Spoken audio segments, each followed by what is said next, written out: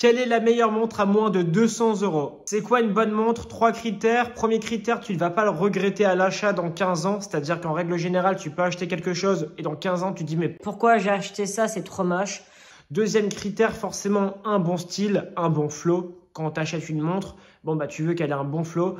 Et le troisième point, je dirais une montre automatique. Pourquoi? Parce qu'une montre automatique, c'est réparable. La référence que j'ai trouvée, c'est une Seiko 5. On a 5 coloris. T'as des coloris vraiment très moches selon moi, des coloris beaucoup plus beaux. Donc on va commencer par les coloris les plus moches pour terminer avec les plus beaux.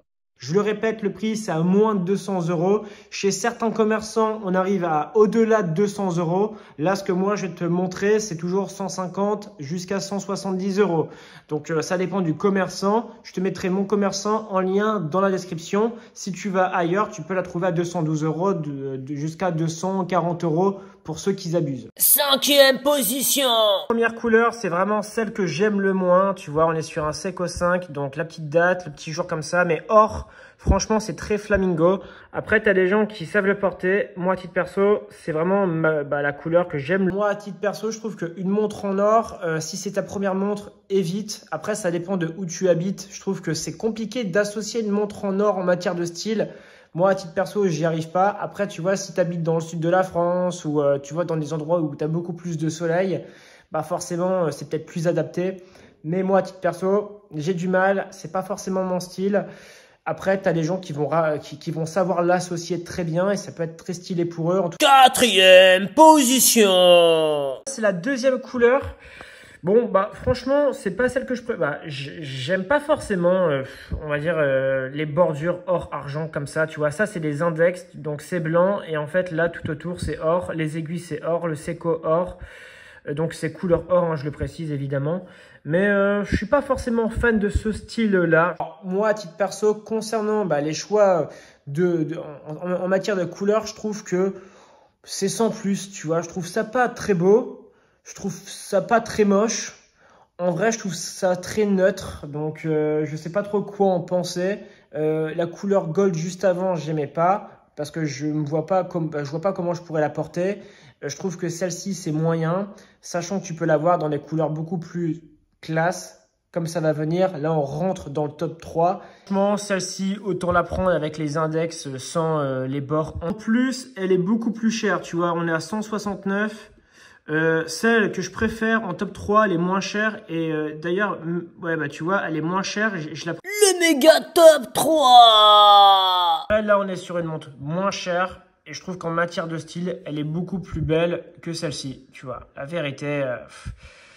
tu vois, franchement, là, je sais pas. Ça fait vieux. Là, ça fait classe, ça fait jeune, c'est simple, c'est efficace. Ça, dans 10, 15, 20 ans, dans 40 ans, ce sera tout le temps à la mode, tu vois. Du coup, c'est vraiment pas une question de prix. Hein. C'est-à-dire que la troisième que je préfère coûte moins cher que celle juste avant. Donc, pourquoi? Je pense que c'est simple, c'est par rapport à la production. Ils vont vendre peut-être plus de cadrans index chrome que index avec du gold autour. Donc forcément, ça fait diminuer les prix. Mais en tout cas, tu vois, celle-ci, on est à 156 €. Très propre. Top 2 du Seigneur. Du coup, là, c'est vraiment celle-ci, je la positionnerai en couleur numéro 2. Pourquoi? Parce qu'on est à 194 €, c'est-à-dire qu'elle est plus chère parce qu'elle est noire. Et sinon, la première, du coup, c'est en couleur bleue, comme tu vas la voir ensuite. Et on est à 152 € si je ne me trompe pas. Mais tu vois, honnêtement, celle-ci, elle est très belle. Après, ce que j'aime bien avec le noir, c'est que tu peux l'associer avec tout type de style de vêtements, etc. Et c'est très facile à porter. Personnellement, j'aime beaucoup les montres un petit peu atypiques. Tu vois, là, on est sur un cadran bleu, bronze. Mais en règle générale, actuellement, je mets surtout des montres comme celle-ci, c'est-à-dire cadran noir, contour noir. Donc, très sobre, très simple à porter. Je trouve que, en fait, si c'est ta première montre automatique, avoir une montre cadran noir, tu vas jamais regretter. Top 1. Le top 1, là, actuellement, on est à 152 € et c'est celle-ci. C'est bleu, je l'ai mise en première position. Pourquoi? Parce qu'elle est moins chère. Sinon, je la mettrais en deuxième position et je mettrais la noire en première position. Après, franchement, on va pas se mentir. Celle-ci, j'aimerais bien l'acheter, tu vois. C'est-à-dire que cadran bleu comme ça, cadran très beau. Franchement, c'est classe, c'est jeune, c'est dynamique. Je pense que ça, dans 25 ans, ça sera tout le temps à la mode. Pourquoi? Parce que les index en bâton comme ça, les aiguilles en frites, le boîtier très simple, très classe, La petite couronne à 3.6, là pour moi c'est vraiment une signature Seiko d'avoir une couronne ici. En règle générale, les couronnes sont là. Donc franchement, pour moi ça c'est vraiment une signature Seiko.